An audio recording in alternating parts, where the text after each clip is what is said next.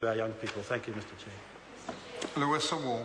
Mr. Chair, it's my pleasure to speak to Part 3, which is really about the controls around how approved substances can be purchased, enforcement matters and regulation-making powers, particularly of local communities.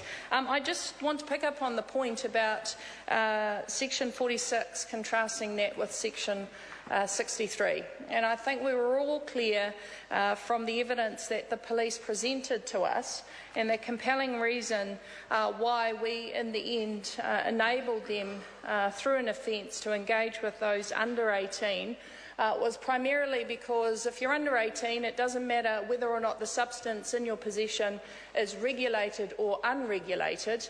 The reality is, if you're under 18, you shouldn't have these substances at all.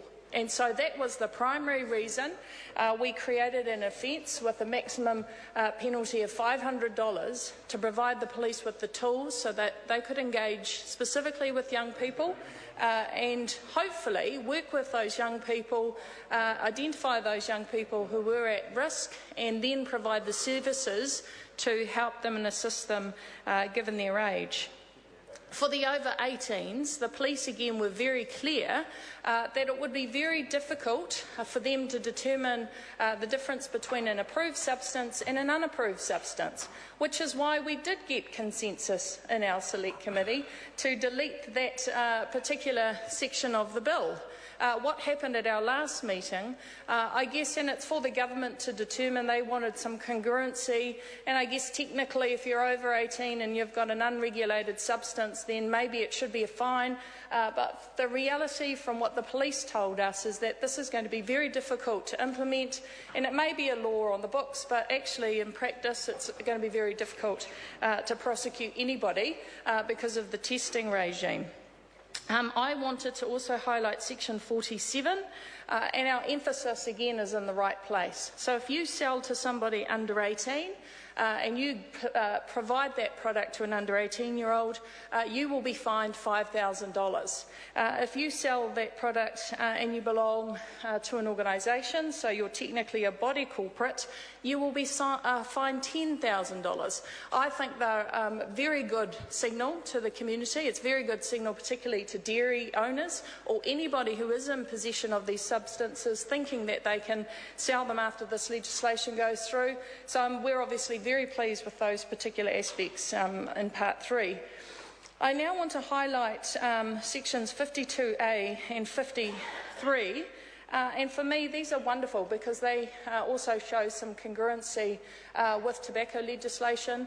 We will not let these substances become substances that are associated with sports, for example, because we will not allow them to sponsor different events. And there will be no advertising. Trevor, you're not going to tell me that I haven't got much time of these products on TV, radio or newspapers. I do have a question for the Minister. 53A is very specific, and it was put into this piece of legislation to absolutely deal with the issue that we have in Manurewa. On the main street, at the same place as a bus stop that young people travel to and from school between two primary schools, we have a high zone or a legal high shop. And the advertising around that property is absolutely outrageous in the middle of our community. And what this section does is say there is a restriction on the retailer's name using words, expressions or trademarks associated with the approved products. So what I want some guarantee about, Minister, is that the day after this gets assent and becomes law, that it becomes illegal for that shop to advertise the products in the manner that it does, and I want to make sure that not only by myself but my community, and I want to acknowledge Angela Dalton, who is the chair of the Manurewa Local Board. I want to acknowledge Tua Greening, Colleen Brown and Simeon Brown, who all made submissions, and we are all trying as hard as we can to help protect our community. And so I particularly would like some comment about what tools are available to them to immediately ensure ensure that this particular provision empowers them to shut the advertising around that particular shop. And finally, I do also want to highlight Section 61A, which is empowering our local communities to approve where our products can be sold. I mean, this is very much, Mr. Chair, this is very much. Lewis Wall. This is very much.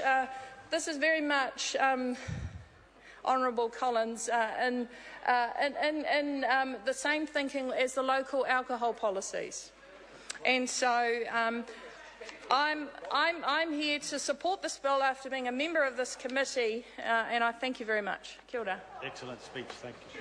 Kevin Haig. Well, thank you, Mr. Chair.